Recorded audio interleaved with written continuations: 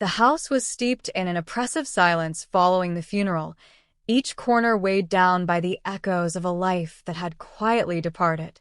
Seated in solitude at the dining table, I gazed into the depths of a half-finished cup of coffee, engulfed by a sense of disorientation that surpassed anything I had ever imagined. The burden of solitude enveloped me, a dense and persistent mist that refused to lift. Just as I believed the night would engulf me entirely, a gentle knock echoed at the door.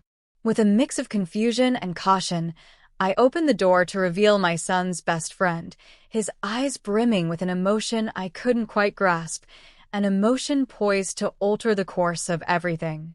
A peculiar tremor coursed through my being. Under the glow of the porch light, Tyler appeared, transformed.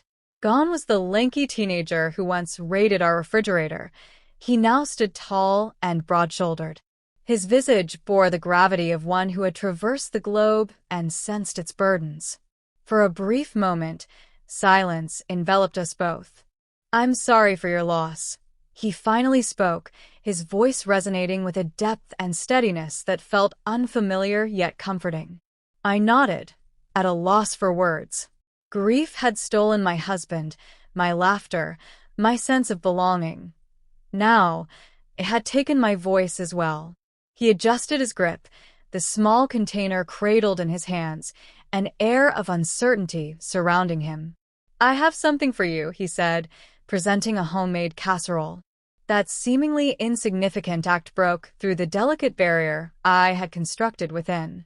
"Thank you," I murmured, moving aside to grant him entry. The house engulfed him in an instant, as if it had long been deprived of life and sound. He placed the casserole on the table and turned to me, worry clearly written on his face. "How are you managing?" he inquired softly. "Surviving," I uttered, my voice trembling. Then, an unforeseen moment unfolded. His fingers brushed against mine, not out of formality, but with a warmth that reminded me I was still here, still human. I yearned to break free, yet found myself unable to do so. A connection was essential for me.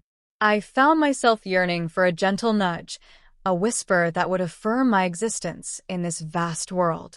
"Would you like me to linger for a while?" he inquired. I surveyed the vacant rooms of the house, then uttered softly, "Please." We transitioned into the living room. Tyler occupied one end of the couch, while I nestled into the opposite side, draping a throw blanket over my lap for warmth and comfort. For a brief moment, we lingered in the gentle embrace of silence. His presence felt oddly instinctive, serving as a connection between the life I had once known and the ambiguous future that awaited me. Our discussion meandered through his new job and the shifts in the neighborhood, eventually delving into more profound topics. He inquired about my husband, what I longed for the most. The question shattered a barrier within me. I reminisced about the laughter that echoed in the stillness of the night, the serene mornings that unfolded in silence, and the exchanged glances that conveyed a world of meaning without uttering a single word. Tyler engaged in the act of listening, deeply and authentically. As I found myself at a loss for words, he leaned in closer and remarked, "You can miss him and still crave companionship." The weight of that statement settled heavily in my chest. As I blinked awake, I found him nearer than before. There existed no pity, only a profound understanding, an unvoiced gesture of solace. It felt like an eternity since anyone had gazed at me with such intensity. My breath hitched. I pondered whether progressing didn't imply leaving behind, but rather discovering something fresh. Tyler must have caught a glimpse of it in my eyes, for he offered a smile, a cautious smile, brimming with unvoiced assurances. My heart quickened.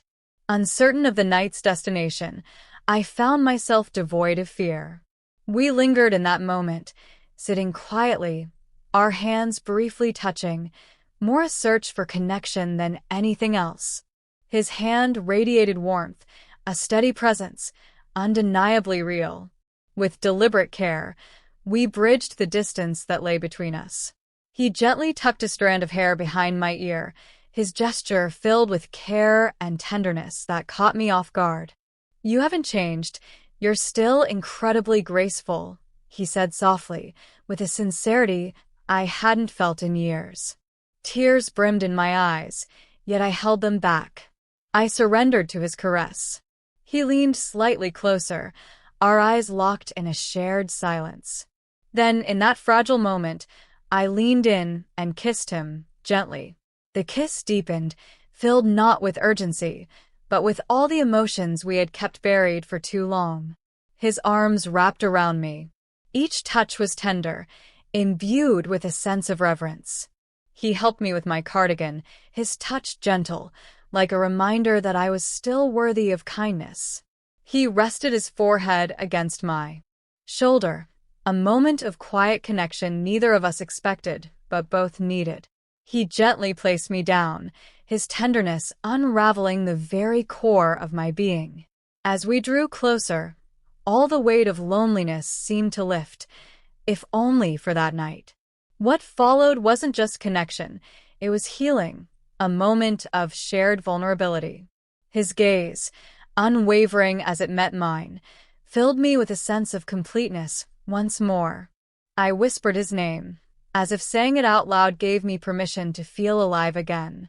In the stillness that followed, we found ourselves entwined, his presence steady and reassuring in the hush of early morning. "You are no longer solitary," he murmured. I placed my trust in him. Tyler reminded me that love manifests in myriad ways, and that healing, despite its chaos, is perpetually attainable. The dawn's gentle glow seeped through the curtains. I stirred, bracing myself for the solitude that often greeted me at dawn. Yet Tyler remained, his arm enveloping me, his breath a calm rhythm. In that moment, I set aside my doubts.